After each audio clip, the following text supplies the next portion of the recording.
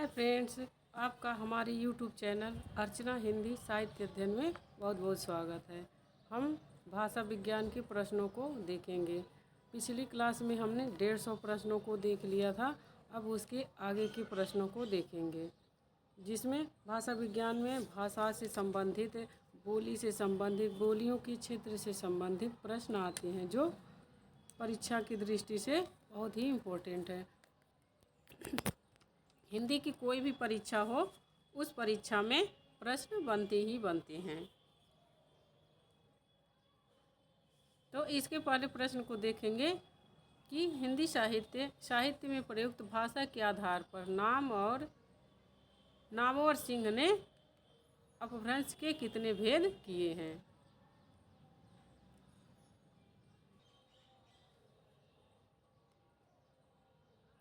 साहित्य में प्रयुक्त भाषा के आधार पर नामवर सिंह ने अपभ्रंश के कितने भेद किए हैं? 4, 8, 2, 6। तो इसका सी करेक्ट आंसर हो जाएगा। 2 भेद किए। अब नामवर सिंह ने अपभ्रंश के कितने भेद किए हैं? 2 भेद किए हैं। आगे है, मसूद हसन खां किस बोली को मानक हिंदी खड़ी बोली का आधार मानते हैं? ब्रजभाषा, बुंदेली, कन्नौजी, हरियाणवी।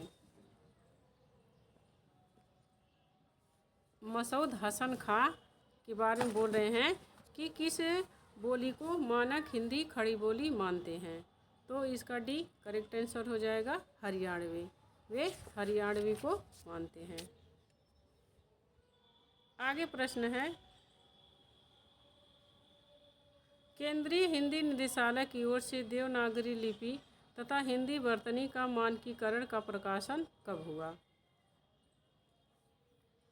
1957 में, 1967 ईस्वी, 1945 ईस्वी और 1983 ईस्वी। तो इसका डी करेक्ट आंसर हो जाएगा, 1983। केंद्रीय हिंदी निदेशालय की ओर से देवनागरी लिपि तथा हिंदी का वर्तनी का जो मानकीकरण का प्रकाशन है, वह 1983 ईस्वी में हुआ था।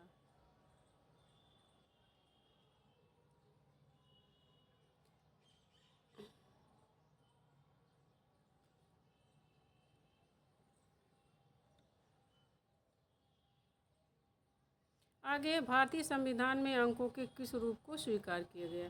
भारतीय अंकों की अंतर्राष्ट्रीय रूप को उपयुक्त सभी को। तो इसका बी करेक्ट आंसर हो जाएगा, भारतीय अंकों की अंतर्राष्ट्रीय रूप को।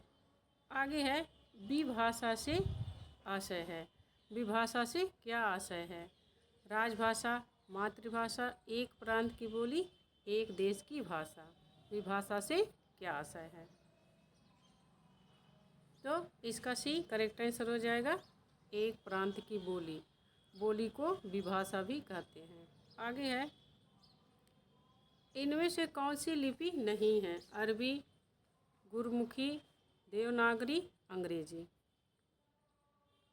इसका डी करेक्ट आंसर हो जाएगा, अंग्रेजी। अंग्रेजी लिपि नहीं है, बल्कि भाषा है। आगे है, इनमें से किस बोली का बिहारी हिंदी से संबंध नहीं है? अवधी, मगही, भोजपुरी, मैथिली।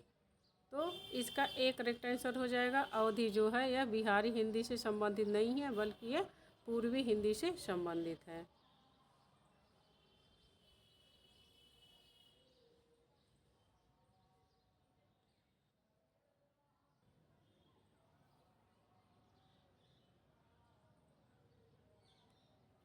आगे है, मगही किस प्रदेश की बोली है? मध्य प्रदेश, बिहार, राजस्थान, छत्तीसगढ़। तो मगही बिहार प्रदेश की बोली है। आगे, सिंधी भाषा का विकास अपभ्रंश की किस बोली से माना गया? ब्राह्मण, पैशाची, मागधी, अर्धमागधी। सिंधी भाषा का विकास अपभ्रंश की किस बोली से माना गया है? तो ब्राह्मण। ये करेक्ट आंसर हो जाएगा। आगे है, मुंडा भाषा परिवार का क्षेत्र कौन सा है? राजस्थान, मध्य प्रदेश, तमिलनाडु, छोटा नागपुर। मुंडा भाषा परिवार का क्षेत्र कौन सा है? तो इसका डी करेक्ट आंसर हो जाएगा छोटा नागपुर। आगरा किस बोली का क्षेत्र है? अवधी, खड़ी बोली, ब्रजभाषा, छत्तीसगढ़ी। आगरा किस बोली का क्षेत्र है? तो सी करेक्ट आंसर हो जाएगा छत्तीसगढ़ी का, ब्रजभाषा का। आगरा में ब्रजभाषा बोली जाती है। आगे है, पूर्वी हिंदी के अंतर्गत अवधी के अतिरिक्त इनमें से कौन सी बोलियां समाहित की जाती हैं? कन्नौजी, मारवाड़ी, बघेली, इनमें से कोई नहीं। हमने बोलियों के ऊपर वीडियो बना रखा है जहां पर किस भाषा के अंदर कौन सी बोली आती है, उपभाषा कितनी है, अपभ्रंश भाषा, किस अपभ्रंश भाषा से कौन सी भाषा निकली है, इस सब पर वीडियो मैंने बनाया है, उसको आप देखिए। और उसमें से एक बोलियों का क्षेत्र भी है, तो आपको बहुत हेल्प मिलेगी। अगर जो आपने वो वीडियो नहीं देखा है तो बोलियों का जो वीडियो है वो देख लेने से, वीडियो देखने से यह होगा कि किसी भी बोली का कौन सा क्षेत्र है पेपर में ज़रूर पूछा जाता है। तो सारी बोलियों का क्षेत्र एक जगह एक ही वीडियो में आपको मिल जाएगा, तो आप उसे अच्छे से तैयार कर लेंगे तो पेपर में जब आएगा तो आप आराम से उसका उत्तर देंगे उस प्रश्न का।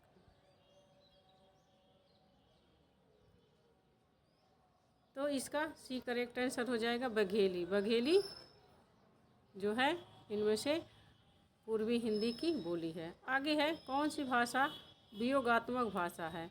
संस्कृत, अपभ्रंश, प्राकृत, पाली।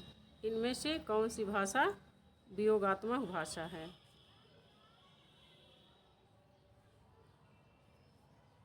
तो इसका बी करेक्ट आंसर हो जाएगा अपभ्रंश जो है वियोगात्मक भाषा है। संस्कृत क्या है? संयोगात्मक भाषा है। आगे है, मेरा सब उर्वारथ सथाको किस भाषा की पंक्ति? अवधी, भोजपुरी, ब्रजभाषा, मैथिली।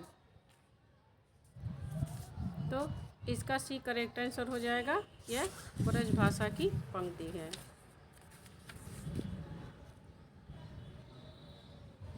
आगे है, हिंदी को आर्य भाषा का प्रयोग और प्रचार का विषय बनाने वाले थे।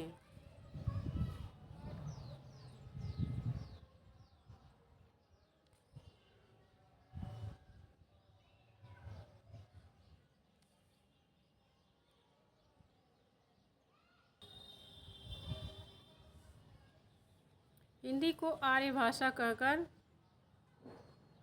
प्रयोग और प्रचार का विषय बनाने वाले थे प्रताप नारायण मिश्र, बालकृष्ण भट्ट, महर्षि दयानंद सरस्वती, गिरधर दास। तो इसका सी पॉइंट सही हो जाएगा महर्षि दयानंद सरस्वती। आगे है,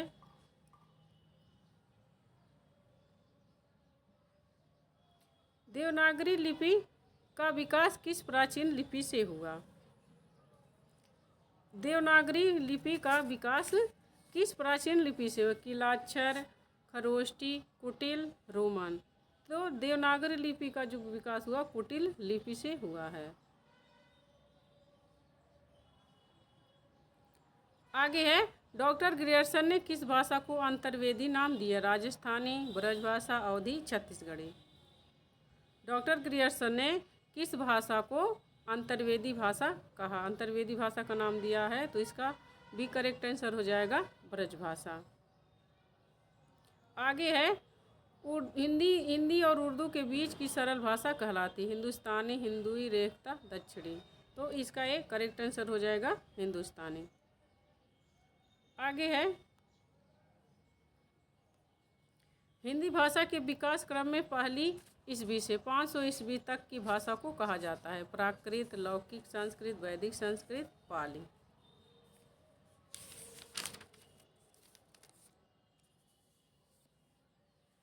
तो इसका एक करेक्ट आंसर हो जाएगा प्राकृत। पहली ईस्वी से 500 ईस्वी तक की भाषा को प्राकृत कहा जाता है। आगे है, आधुनिक भारतीय आर्य भाषाओं का विकास हुआ है? संस्कृत से, प्राकृत से, पाली से, अपभ्रंश। यहाँ प्राकृत रहेगा।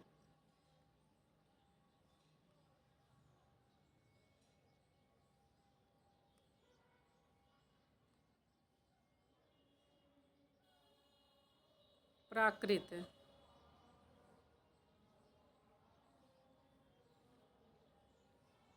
आधुनिक आर्य भाषाओं का विकास किससे हुआ है? तो इसका डी करेक्ट आंसर हो जाएगा अपभ्रंश से। आगे है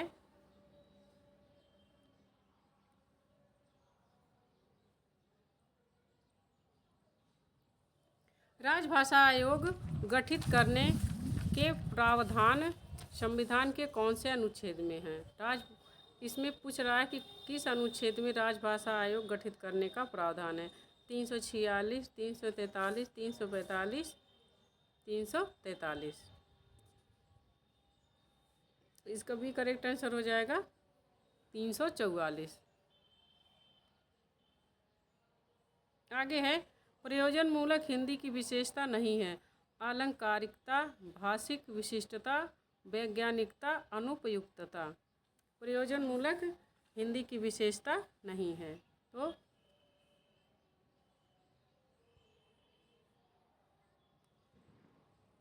ये करेक्ट आंसर हो जाएगा अलंकारिकता। आगे है संविधान के किस अनुच्छेद में वर्णित है कि संघ यह कर्तव्य होगा कि वह हिंदी का प्रसार बढ़ाएगा? किस अनुच्छेद में हिंदी भाषा के प्रचार प्रसार के बारे में दिया गया है? 346, 344, 345, 351। तो इसका डी करेक्ट आंसर हो जाएगा 351 में यह वर्णित है कि जो है वह संघ का कर्तव्य होगा कि हिंदी भाषा का प्रचार प्रसार किया जाए। आगे है खड़ी बोली के जन्म का समय माना जाता है 1000 ईस्वी के आसपास, 500 ईस्वी के आसपास, 800 ईसा पूर्व के आसपास, 500 ईसा पूर्व के आसपास। ये करेक्ट आंसर हो जाएगा। खड़ी बोली का समय जो है जन्म जो माना जाता है 1000 ईस्वी के आसपास। आगे है पाली किस धर्म की भाषा है? तो यह तो आसान है, इसका सी करेक्ट आंसर हो जाएगा बौद्ध धर्म। पाली जो है बौद्ध धर्म की भाषा है। आगे है आधुनिक आर्य भाषाओं के वर्गीकरण के अनुसार पूर्वी समुदाय की भाषा नहीं है। उड़िया, मराठी, असमिया, बंगाली।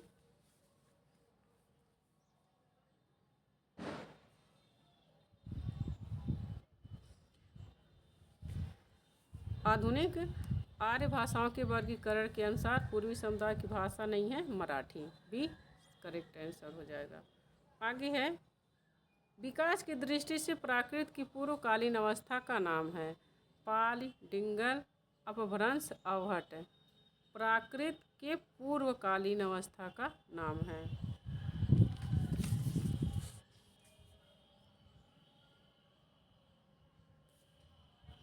इसका एक करेक्ट आंसर हो जाएगा पाली, क्योंकि जो हिंदी का विकास क्रम है संस्कृत, पाल, प्राकृत, अपभ्रंश, अवहट ऐसे है, तो प्राकृत के पहले पाली आती है।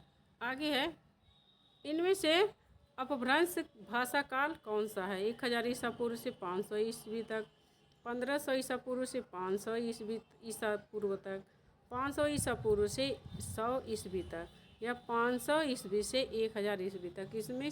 इसमें अपभ्रंश का समय पूछ रहा है, तो इसका डी करेक्ट आंसर हो जाएगा 500 ईस्वी से 1000 ईस्वी तक। आगे है जिस भाषा में अरबी, फारसी, तुर्की शब्दों का प्रयोग अधिक होगा वह भाषा कौन सी होगी? हिंदुस्तानी, भोजपुरी, अवधी, मैथिली। तो इसका एक करेक्ट आंसर हो जाएगा जिस भाषा में अरबी, फारसी, तुर्की शब्दों का प्रयोग अधिक होगा तो वह भाषा हिंदुस्तानी होगी। झांसी, जालौन, हमीरपुर में कौन सी बोली प्रचलित है? बुंदेली, कन्नौजी, ब्रजभाषा, मालवी। तो इसका एक करेक्ट आंसर हो जाएगा बुंदेली। झांसी, जालौन, हमीरपुर में बुंदेली है बोली जाती है। आगे है भोजपुरी बोली की उत्पत्ति हुई है अर्धमागधी अपभ्रंश से, मागधी अपभ्रंश से, शूरसैनी अपभ्रंश से, ब्राह्मण अपभ्रंश से।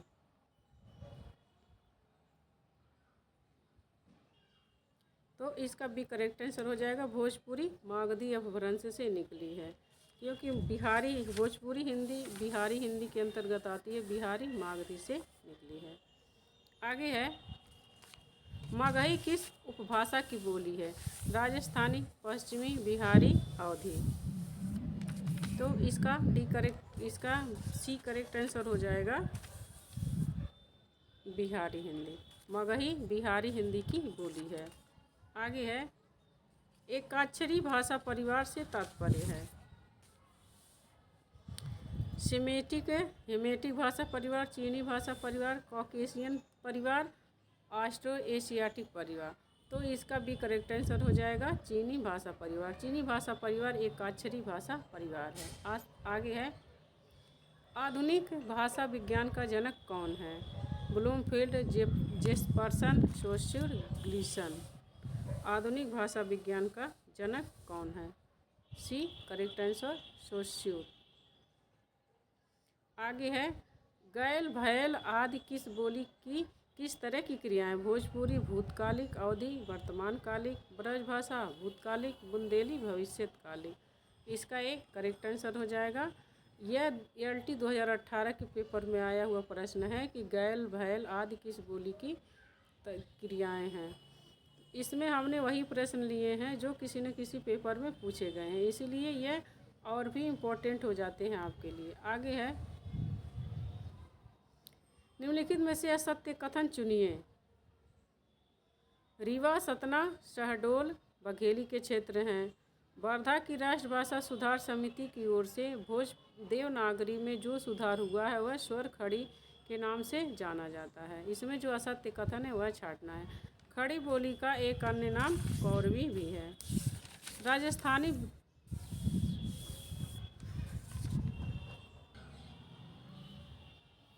आगे है, राजस्थानी भाषा का विकास पैशाची अपभ्रंश से हुआ है।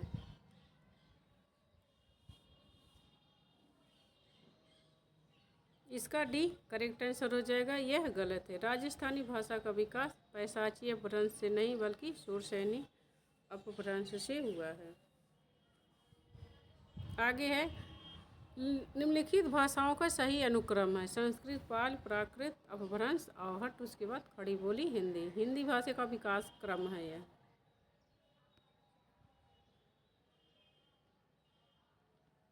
आगे है, निम्न में से कौन सी हिंदी की उपभाषा नहीं है? राजस्थानी हिंदी, पंजाबी हिंदी, बिहारी हिंदी, पहाड़ी हिंदी।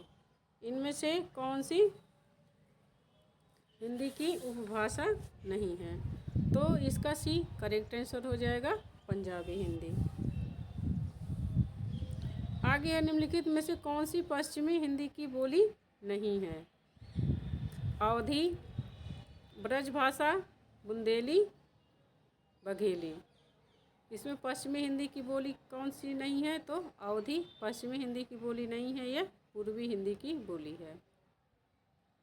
आगे है, राष्ट्रभाषा प्रचार समिति वर्धा के संस्थापक थे? सरदार वल्लभ भाई पटेल, महात्मा गांधी, पंडित जवाहरलाल नेहरू, सी गोपालाचारी। तो राष्ट्रीय वर्धा प्रचार समिति के अध्यक्ष कौन थे? B correct answer Mahatma Gandhi. आगे है, हिंदी भाषा किस लिपि में लिखी जाती है? देवनागरी, देवानागरी। ये तो ऐसे बेवकूफ़ बनाने के लिए प्रश्न है। तो हिंदी की भाषा लिपि क्या है? देवनागरी है। आधुनिक भारतीय आर्य भाषाओं का सर्वप्रथम वर्गीकरण किस विद्वान ने किया? डॉक्टर धीरेन्द्र वर्मा ने, जॉर्ज ग्रियर्सन ने, AFR हार्नले ने, महावीर प्रसाद द्विवेदी ने। तो इसका सी करेक्ट आंसर हो जाएगा AFR हार्नले ने। आधुनिक भारतीय आर्य भाषाओं का सर्वप्रथम वर्गीकरण AFR हार्नले ने किया।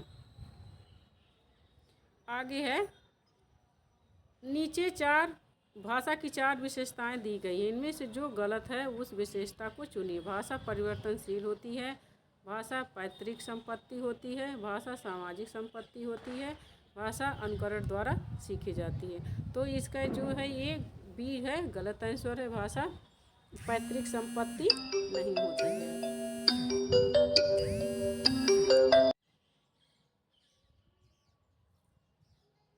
तो इसका भी करेक्ट आंसर हो जाएगा, भाषा पैतृक संपत्ति नहीं है। आगे है, टकसाली भाषा कहते हैं संस्कृत निष्ठ भाषा को, ग्रामीण भाषा को, परिनिष्ठित भाषा को, कृत्रिम भाषा को। तो ए करेक्ट आंसर हो जाएगा। टकसाली भाषा संस्कृत निष्ठ भाषा को कहते हैं। आगे है देवनागरी लिपि का सर्वप्रथम प्रयोग किस राज्य में माना जाता है? महाराष्ट्र, उत्तर प्रदेश, राजस्थान, गुजरात। इसका डी करेक्ट आंसर हो जाएगा गुजरात। गुजरात में देवनागरी लिपि का सबसे पहले प्रयोग हुआ था। आगे है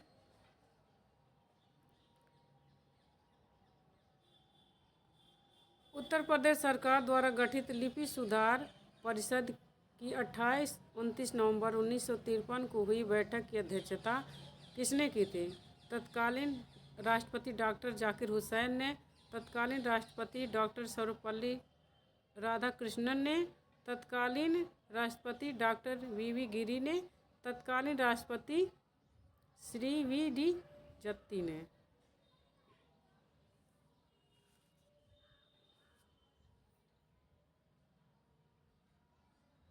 तो इसका बी करेक्ट आंसर हो जाएगा तत्कालीन राष्ट्रपति डॉक्टर सर्वपल्ली राधाकृष्णन ने। यहाँ सी नहीं रहेगा, सी यहाँ से रहेगा, सी पॉइंट यहाँ से है, तो बी पॉइंट सही हो जाएगा तत्कालीन राष्ट्रपति सर्वपल्ली राधाकृष्णन ने। आगे है हिंदी शब्दानुशासन ग्रंथ के रचनाकार हैं हेमचंद्र, कामता प्रसाद गुरु, किशोरीदास वाजपेयी, धीरेन्द्र वर्मा। तो इसका सी करेक्ट आंसर हो जाएगा किशोरीदास वाजपेयी। आगे है ग्रीन नियम का संबंध किससे है? स्वनिम विज्ञान से, बोली विज्ञान से, अर्थ विज्ञान से, कोश विज्ञान से। तो ग्रीन नियम का नियम है स्वनिम विज्ञान से। यहाँ ग्रीम रहेगा, मैं ग्रीम, यहाँ पर ग्रीन को ग्रीम कर लेना। आगे ग्रीम नियम का संबंध किससे है? तो इसका एक करेक्ट आंसर हो जाए स्वनिम विज्ञान से। आगे है भाषाओं की पारिवारिक वर्गीकरण का आधार है रूप रचना, ध्वनि, इतिहास, अर्थ है। तो भाषाओं के पारिवारिक वर्गीकरण का आधार है इतिहास, सी करेक्ट आंसर हो जाएगा।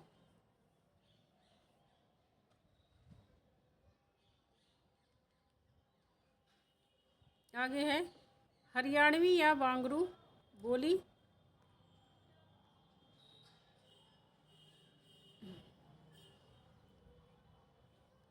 किस अपभ्रंश से विकसित हुई? पश्चिमोत्तरी शोर सैनी अपभ्रंश से, अर्धमागधी से, नागरी अपभ्रंश से, मागधी अपभ्रंश से। हरियाणवी या बांगरू बोली, यहाँ शोर सैनी रहेगा, शोर सैनी। अपभ्रंश मिस प्रिंट हो गया है, यहाँ आप लोग अपभ्रंश कर लेना। अपभ्रंश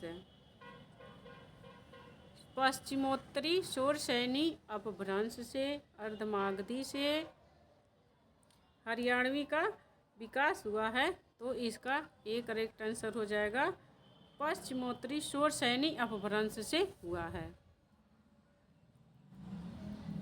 आगे है ग्वालियर की बोली है बुंदेली, ब्रजभाषा, खड़ी बोली, कन्नौजी। तो ग्वालियर की बुंदेली है। बोलियों के क्षेत्र से प्रश्न जरूर बनते हैं, तो अगर जो आप बोलियों के क्षेत्र जानने हैं तो आप हमारा वीडियो देख सकते हैं, मैंने इस पर वीडियो बनाया है। हिंदी खड़ी बोली किस अपभ्रंश से विकसित हुई है? मागधी, अर्धमागधी, शोर सैनी, पैशाची। तो इसका सी करेक्ट आंसर हो जाएगा। हिंदी जो खड़ी बोली है वह शोर सैनी अपभ्रंश से विकसित हुई है। आगे है छत्तीसगढ़ी बोली हिंदी के किस उपभाषा वर्ग के अंतर्गत आती है? पश्चिमी हिंदी, पूर्वी हिंदी, बिहारी हिंदी, पहाड़ी हिंदी। तो छत्तीसगढ़ी पूर्वी हिंदी के अंतर्गत आती है। आगे है ताले का पानी पताले गई बेटी, पुरैन गई को मिलाए, गंगा जमुना बेचे रेती परतु है, कैसे के रचऊँ बियाह रे। यह गीत किस बोली का है? अवधी, ब्रज, भोजपुरी, कन्नौजी। तो ये करेक्ट आंसर अवधी है। इस गीत में अवधी बोली का प्रयोग हुआ है।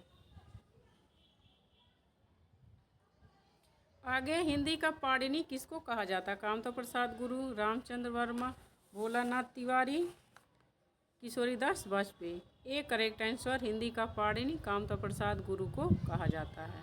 आगे है, निम्नलिखित में से भाषा की कौन सी प्रकृति कौन सी है? सरलता से क्लिष्टता की ओर, जटिलता से सरलता की ओर, भावों से विचारों की ओर, विचारों से भावों की ओर।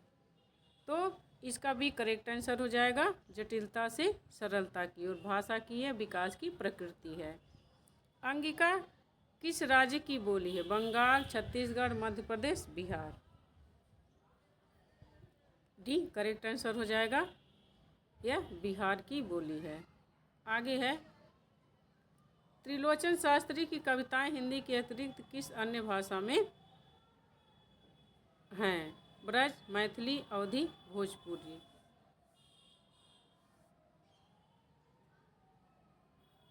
बी करेक्ट आंसर हो जाएगा मैथिली। त्रिलोचन शास्त्री की हिंदी के अतिरिक्त मैथिली में भी कविताएं हैं। आगे है, किस विद्वान ने देवनागरी लिपि के स्थान पर रोमन लिपि सुधार करने का सुझाव दिया था?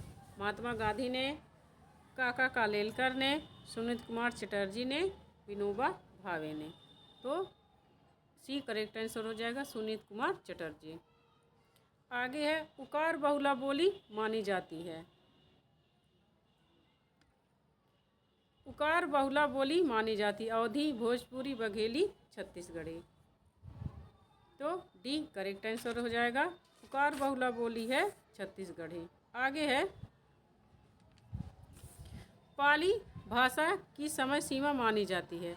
1000 ईसा पूर्व से 500 ईस्वी तक, 500 ईसा पूर्व से प्रथम शताब्दी तक, 1000 ईसा पूर्व से 500 ईसा पूर्व तक, प्रथम शताब्दी से 500 ईसा पूर्व तक। पाली भाषा का संबंध की समय सीमा कब से मानी जाती है? तो इसका भी करेक्ट आंसर हो जाएगा 500 ईसा पूर्व से प्रथम शताब्दी तक। आगे है,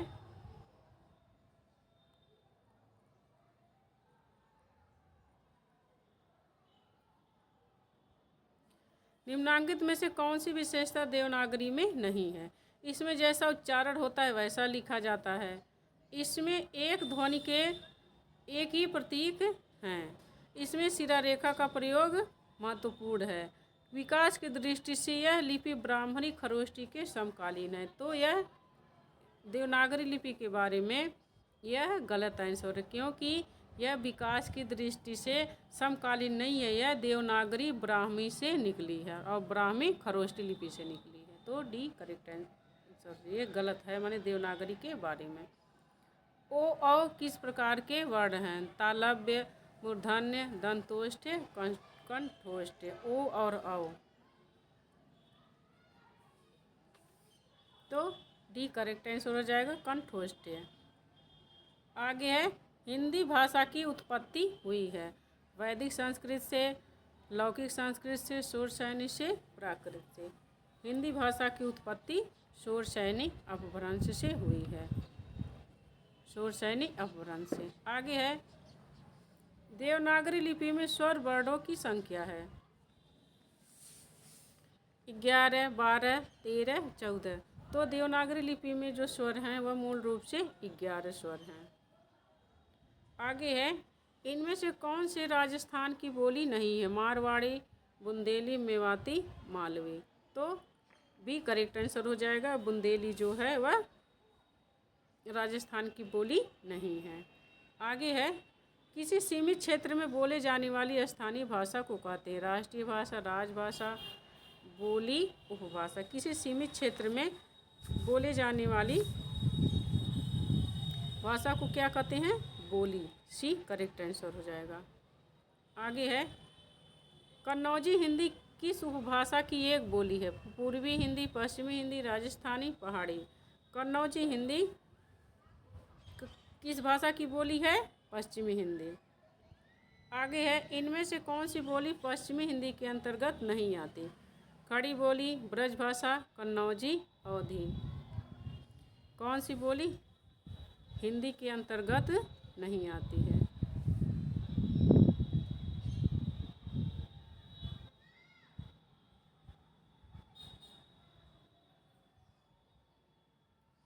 तो टी करेक्ट आंसर हो जाएगा, यह पश्चिमी हिंदी के अंतर्गत नहीं आती है। आगे है, लिखित भाषा में विचारों को कैसे व्यक्त करते हैं? संकेतों द्वारा, बोलकर, लिखकर, सुनकर। तो लिखित भाषा में लिखकर व्यक्त करते हैं, सी करेक्ट आंसर हो जाएगा। निम्नलिखित में से पश्चिमी हिंदी की बोली नहीं है? ब्रज, बांगरू, कन्नौजी, डोंगरी। इनमें से कौन पश्चिमी हिंदी की बोली नहीं है? तो डी करेक्ट आंसर हो जाएगा, डोंगरी पश्चिमी हिंदी की बोली नहीं है। थ्योरी पढ़ लेना चाहिए, पहले पूरा याद कर लो। बोलियों से संबंधित क्षेत्र, कौन सी बोली किससे निकली, कौन सी बोली कहाँ बोली जाती है। उसके बाद यह आप जो है प्रैक्टिस सेट है प्रश्नों का, यह करना चाहिए, तो इससे पता चलता है कि हाँ हमें कितना तैयार है। मालवी किस उपभाषा की बोली? पहाड़ी हिंदी, पश्चिमी हिंदी, राजस्थानी, बिहारी। तो सी करेक्ट आंसर हो जाएगा, मालवी राजस्थानी हिंदी की उपभाषा है। आगे है, रामपुर, बिजनौर, मेरठ, देहरादून और सहारनपुर की बोली है? गढ़वाली, छत्तीसगढ़ी, खड़ी बोली, बांगरू। तो सी करेक्ट आंसर हो जाएगा, रामपुर, बिजनौर, मेरठ, देहरादून, सहारनपुर में खड़ी बोली बोली जाती है। आगे है, बिहारी हिंदी का विकास किस प्राकृत अपभ्रंश से माना जाता है? शोरशैनी, मागधी, अर्धमागधी, पैशाची। तो बिहारी हिंदी का मागधी अपभ्रंश से विकास माना जाता है। आगे है, हिंदी की कितनी उपभाषाएं हैं? तो 5 करेक्ट आंसर, हिंदी की 5 उपभाषाएं हैं। आगे है, भाषा विज्ञान की दृष्टि से प्रयत्न लाघव का अर्थ है? शीघ्र बोलना, कम समय में अधिक बोलना, बोलने की मितव्ययिता, उच्चारण की शुद्धता। तो प्रयत्न लाघव का अर्थ है भाषा विज्ञान की दृष्टि से आचरण की शुद्धता। आगे है, आधुनिक भारतीय आर्य भाषाओं की उदय से पूर्व आर्य भाषा का कौन सा रूप विद्यमान था? संस्कृत, पाली, प्राकृत, अपभ्रंश। आधुनिक आर्य भाषाओं से पहले कौन सी आर्य भाषा थी? तो डी इसका करेक्ट आंसर हो जाएगा, अपभ्रंश। आगे है, मुस्लिम शासकों के समय भारत में न्यायालयों की भाषा कौन सी थी? उर्दू, संस्कृत, हिंदी, अरबी, फारसी। मुस्लिम शासकों के समय जो है न्यायालयों में कौन सी भाषा थी? तो अरबी, फारसी। आगे है, भाषा का की संपर्क भारत की संपर्क भाषा कौन सी है? तो इसका सी करेक्ट आंसर हो जाएगा, हिंदी। हिंदी भारत की संपर्क भाषा है। आगे है, निम्नलिखित में से कौन भाषा वैज्ञानिक नहीं है? सुमित कुमार चटर्जी, यह सुमित कुमार चटर्जी, धीरेन्द्र वर्मा, भोलानाथ तिवारी, जयशंकर प्रसाद। तो इसका डी करेक्ट आंसर हो जाएगा, जो जयशंकर प्रसाद हैं वह भाषा वैज्ञानिक नहीं है, सुनीत यहाँ न रहेगा, सुनीत कुमार चटर्जी। आगे है, भाषा की लघुतम स्वतंत्र एवं सार्थक इकाई को क्या कहते हैं? वर्ड, वाक्य, शब्द, ध्वनि। तो सी करेक्ट आंसर हो जाएगा, भाषा की लघुतम स्वतंत्र सार्थक इकाई है शब्द। उच्चारण की दृष्टि से भाषा की लघुतम स्वतंत्र सार्थक इकाई को क्या कहते हैं? तो ध्वनि। यहाँ पर यह ध्यान देना है कि जब उच्चारण की दृष्टि से पूछा जाएगा कि लघुतम इकाई कौन है, तो ध्वनि है, और भाषा की दृष्टि से जो है लघुतम इकाई कौन है, वह शब्द है। आगे है, हिंदी में अधिकांश शब्द किस भाषा से आए हैं? संस्कृत, फारसी, अंग्रेजी, उर्दू। हिंदी में अधिकांश शब्द किससे आए हैं? तो ए करेक्ट आंसर हो जाएगा। हिंदी में अधिकांश शब्द संस्कृत से आए हैं। खड़ी बोली व ब्रज भाषा किस भाषा के अंतर्गत आती है? तो पूर्वी हिंदी, राजस्थानी, पश्चिमी, पहाड़ी। सी करेक्ट आंसर हो जाएगा। खड़ी बोली और ब्रज भाषा पश्चिमी हिंदी के अंतर्गत आती। आगे है दिल्ली व मेरठ के आसपास की बोली क्या है? ब्रज भाषा, पंजाबी, खड़ी बोली, अवधी। तो सी करेक्ट आंसर हो जाएगा। खड़ी बोली। जहाँ मेरठ, सहारनपुर, यह सब मेरठ जहाँ रहे तो वहाँ खड़ी बोली, मेरठ में खड़ी बोली बोली जाती है। आगे है ज्ञान विज्ञान के तत्वों को व्यक्त करने वाली विशेष शब्दावली को क्या कहते हैं? सामान्य शब्दावली, साहित्यिक शब्दावली, बोलचाल की शब्दावली, पारिभाषिक शब्दावली।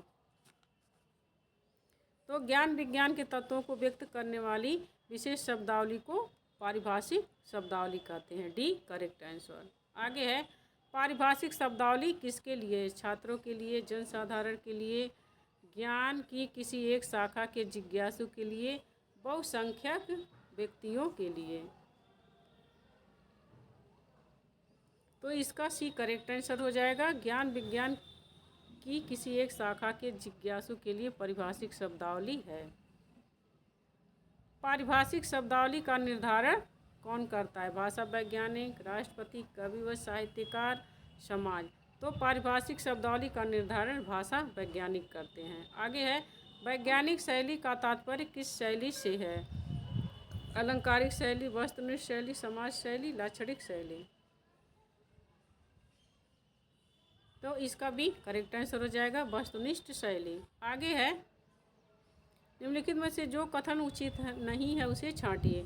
एक भाषा में प्रकट किए गए भाव व विचारों को दूसरी भाषा में प्रकट करना अनुवाद कहलाता है। सही बात है। अनुवादक के लिए केवल एक ही भाषा का ज्ञान पर्याप्त है। जिस भाषा से अनुवाद किया जाता है उसे स्रोत भाषा और जिस भाषा में अनुवाद किया जाता है उसे लक्ष्य भाषा कहते हैं। अनुवाद अंग्रेजी शब्द के ट्रांसलेशन का पर्याय है।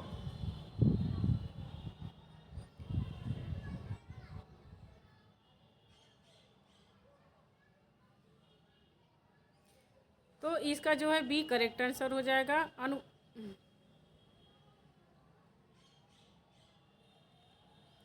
बी करेक्ट आंसर है। अनुवादक के लिए केवल एक ही भाषा का ज्ञान पर्याप्त है। यह गलत है। जब एक ही भाषा जानेगा अनुवादक तो दूसरी भाषा से अनुवाद कैसे करेगा? तो यह गलत है। इनमें से कौन सा गुण अथवा दोष समालोचक में नहीं होना चाहिए? आलोच्य विषय का सम्यक ज्ञान, निष्पक्षता, सहृदयता, ईर्ष्या भावना। तो जो समालोचक होता है उसमें ईर्ष्या की भावना नहीं होनी चाहिए। वो तटस्थ होकर, निष्पक्ष होकर आलोचना करनी चाहिए किसी काव्य की। आप किस कथन को असंगत मानते? एक भाषा को साहित्य को विश्व के दूसरे क्षेत्र में पहुंचाने में अनुवाद पुल का कार्य करता है। दूसरा है अनुवाद के माध्यम से संसार का समस्त ज्ञान और साहित्य हमारे पास आ जाता है। सी है अनुवाद में अनु का अर्थ है पहले लिखना, बाद का अर्थ है उससे पुनः बाद में लिख देना। एक भाषा में व्यक्त भाव विचारों को दूसरी भाषा में रूपांतरित करना अनुवाद कहलाता है।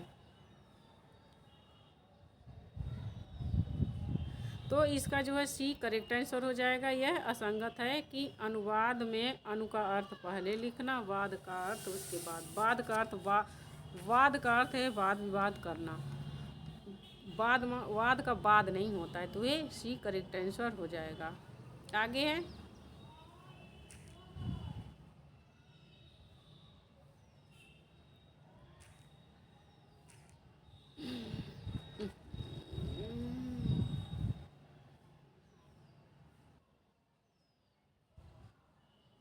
बाल साहित्य के विषय में कौन सा कथन सही नहीं है? उसकी भाषा सरल और सुबोध होनी चाहिए। वह बालक के लिए प्रेरणाप्रद होना चाहिए। वह मनोरंजन और रोचक होना चाहिए। वह बालकों द्वारा ही लिखा जाना चाहिए। तो इसका जो है डी करेक्ट आंसर है कि वह बालकों द्वारा ही लिखा जाना चाहिए। यह गलत है।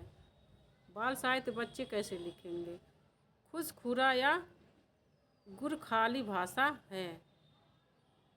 नेपाल की राजभाषा, गढ़वाल की लोकभाषा, कुमायूं का साहित्यिक भाषा, इनमें से कोई नहीं। तो यह नेपाल की राजभाषा है। खुसखुरा या गुरखाली नेपाल की राजभाषा है। आगे है, इनमें से कौन सी ध्वनि अवधि में नहीं है? क ड़ न म। इनमें से कौन सी ध्वनि अवधि में नहीं है? तो बी करेक्ट आंसर। अवधि में ड़ ध्वनि नहीं है। आगे है, कोई भी बोली या भाषा मानकता प्राप्त करने पर हो जाती है। दुरूह, सरल, भावपूर्ण, सरस। कोई भी बोली या भाषा मानकता प्राप्त करने में क्या हो जाती है? सरल। B correct answer. आगे है,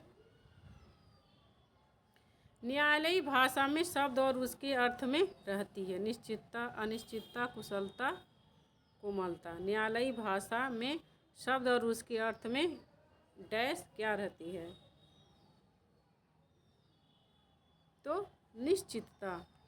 ए करेक्ट आंसर, निश्चितता। आगे है, व्यवहार के आधार पर शब्द कितने प्रकार के होते हैं? व्यवहार के आधार पर शब्द कितने प्रकार के होते हैं? तो डी करेक्ट आंसर, 2 प्रकार के होते हैं। सामान्य शब्द और तकनीकी शब्द। आगे है, खरोष्ठी लिपि की उत्पत्ति किस लिपि से हुई? चित्रलिपि, किलाक्षर लिपि, अरमाइक लिपि, ब्राह्मी लिपि। तो खरोष्ठी लिपि की जो उत्पत्ति हुई है वह अरमाइक लिपि से हुई है। आगे है, नागरी लिपि सुधार समिति के संयोजक थे। काका कालेलकर, श्रीनिवास, भारतेंदु हरिश्चंद्र, आचार्य नरेंद्र। तो इसका एक करेक्ट आंसर हो जाएगा। काका कालेलकर नागरी लिपि सुधार समिति के संयोजक थे। आगे है, ईसाई मिशनरियों का प्रधान डैश में केंद्र था। माने ईसाई मिशनरियों का जो केंद्र था वह कहाँ था? तो श्रीरामपुर। डी करेक्ट आंसर हो जाएगा। आगे है, केंद्रीय अनुवाद ब्यूरो से संबंधित है। शिक्षा मंत्रालय के अनुवाद विभाग से, गृह मंत्रालय के राजभाषा विभाग से, मानव संसाधन मंत्रालय से, प्राविधिक शिक्षा मंत्रालय से। केंद्रीय अनुवाद डैश ब्यूरो किससे संबंधित है?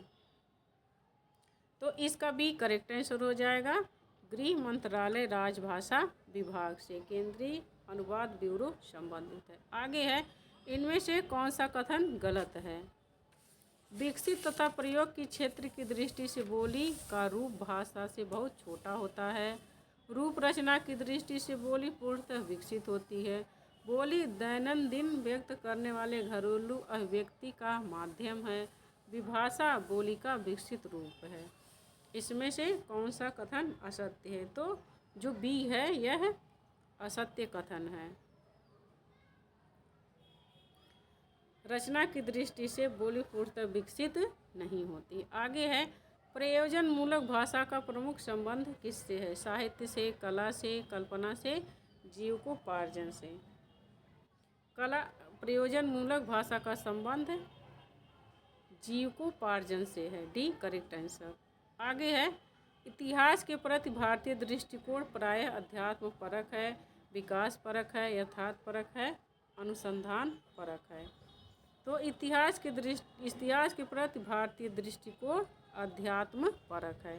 आगे है, पाली भाषा के सर्वे प्रधान वैयाकरण हैं। सर्वप्रधान वैयाकरण कौन है? माने पाली भाषा के कौन है? पाली भाषा के सर्वप्रधान वैयाकरण कौन है?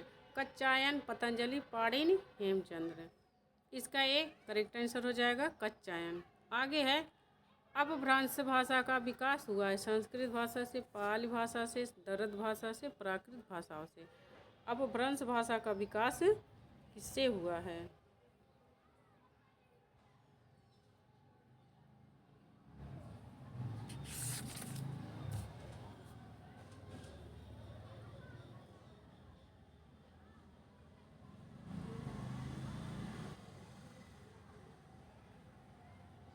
तो इसका डी करेक्ट आंसर हो जाएगा। अपभ्रंश भाषा का विकास प्राकृत भाषाओं से हुआ है।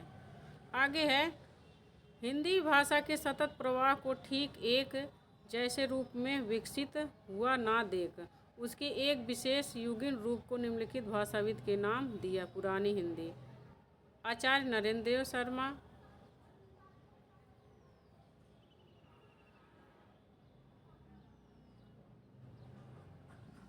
बाबूराम सक्सेना, चंद्रधर शर्मा गुलेरी और सर जॉर्ज इब्राहिम ग्रियर्सन।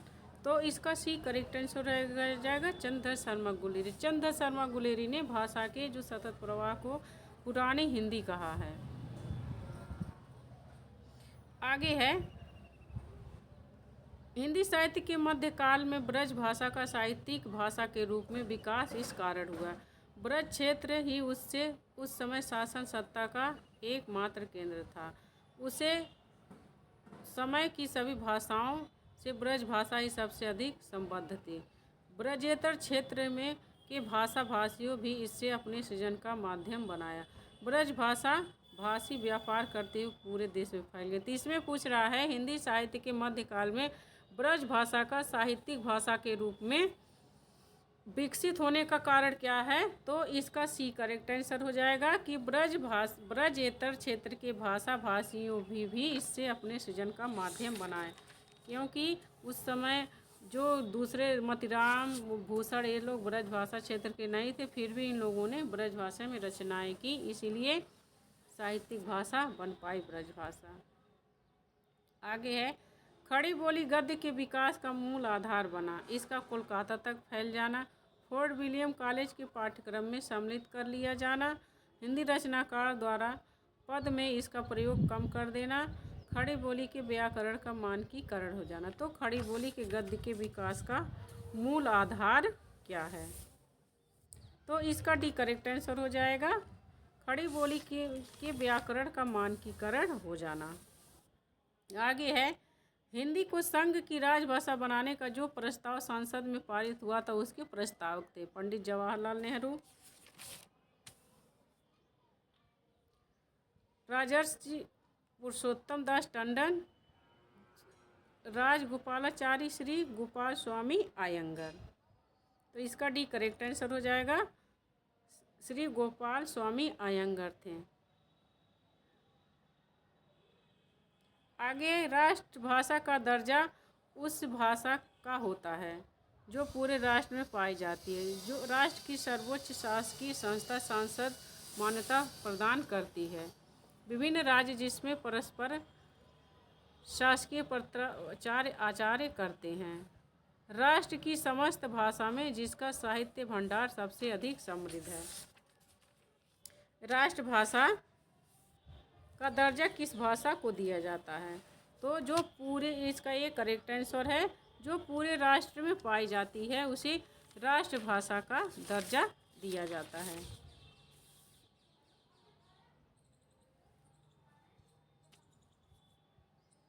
आगे है, मानक भाषा किसी भाषा का वह रूप होता है जिससे उसे भाषा का सम्मान बढ़ता है। भिन्न भिन्न भाषा क्षेत्रों में उसका एक रूप समान रूप से प्रामाणिक माना जाता है और वही तदनुरूप प्रयुक्त होता है। इसके आधार पर पूरे दूसरे भाषा की स्थिति जांची परखी जाती है। प्रदेश सरकार जिस मान्यता प्रदान करती है।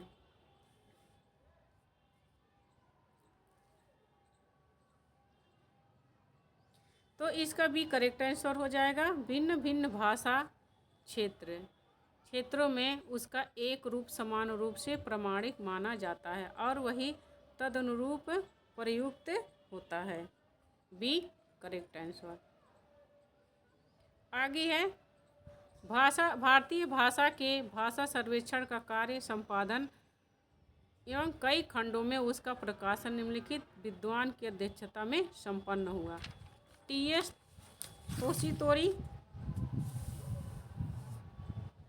रामचंद्र शुक्ल, सुनीत कुमार चटर्जी और सर जॉर्ज इब्राहिम ग्रियर्सन। तो इसका डी करेक्ट आंसर हो जाएगा जॉर्ज इब्राहिम ग्रियर्सन। भारतीय भाषा की भाषा सर्वेक्षण का कार्य एवं संपादन जॉर्ज ग्रियर्सन ने किया था। आगे है, हिंदी की वैज्ञानिक एवं तकनीकी शब्दावली की निर्माण हेतु संस्कृत शब्दों को प्राथमिकता देते हुए उपयोगी शब्द ग्रहण किए जाते हैं। हिंदी भाषा से, मराठी भाषा से, बांग्ला भाषा से, सभी मान्यता प्राप्त भारतीय भाषाओं से। तो इसका डी करेक्ट आंसर हो जाएगा। हिंदी की वैज्ञानिक एवं तकनीकी शब्दावली के निर्माण के संस्कृत शब्दों की को प्राथमिकता देते हुए उपयोगी शब्द सभी मान्यता प्राप्त भारतीय भाषाओं से ग्रहण किए जाते हैं। आगे है, कुमायूनी भाषा भाषी क्षेत्र है जम्मू कश्मीर, हिमाचल प्रदेश, रानी खेत नैनीताल, कुरुक्षेत्र, अम्बाला हिसार, लखीमपुर खीरी, पीलीभीत शाहजहाँपुर। तो कुमाऊनी भाषा है और उसका भाषा क्षेत्र है कौन सा है? तो बी करेक्ट आंसर हो जाएगा, रानीखेत नैनीताल कुमाऊनी भाषा का क्षेत्र है। आगे है, भोजपुरी भाषा अपने व्याकरण एवं एक ढांचे में इस भाषा से काफ़ी समानता रखती, माने जो भोजपुरी भाषा है अपने व्याकरण के ढांचे से किस भाषा से समानता रखती? बांग्ला भाषा से, फारसी भाषा से, ब्रज भाषा से, बुंदेली भाषा से। तो इसका ए करेक्ट आंसर हो जाएगा, बांग्ला भाषा से। भोजपुरी व्याकरण की दृष्टि से बांग्ला भाषा से संबंधित रखती है, समानता रखती है। आगे है, खड़ी बोली से परिनिश्चित रूप का विशिष्ट भाषा भाषी क्षेत्र है। खड़ी बोली से परिनिष्ठित रूप का विशिष्ट भाषा भाषी क्षेत्र है मेरठ, बुलंदशहर, खुर्जा, रोहतक, गुड़गांव, फरीदाबाद, पानीपत, कुरुक्षेत्र, अम्बाला, इनमें से कोई नहीं। इसमें से पूछ रहा है कि जो खड़ी बोली कहाँ बोली जाती है, तो इसका ए करेक्ट आंसर हो जाएगा, मेरठ, बुलंदशहर, खुर्जा, यहाँ परिनिष्ठित खड़ी बोली का क्षेत्र है। आगे है,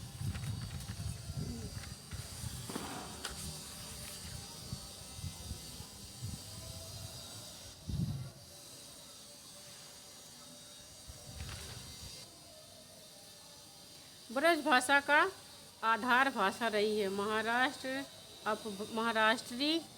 यहाँ महाराष्ट्री अपभ्रंश रहेगा, महाराष्ट्री अपभ्रंश, शोरसैनी अपभ्रंश, अर्धमागधी अपभ्रंश, नागर अपभ्रंश।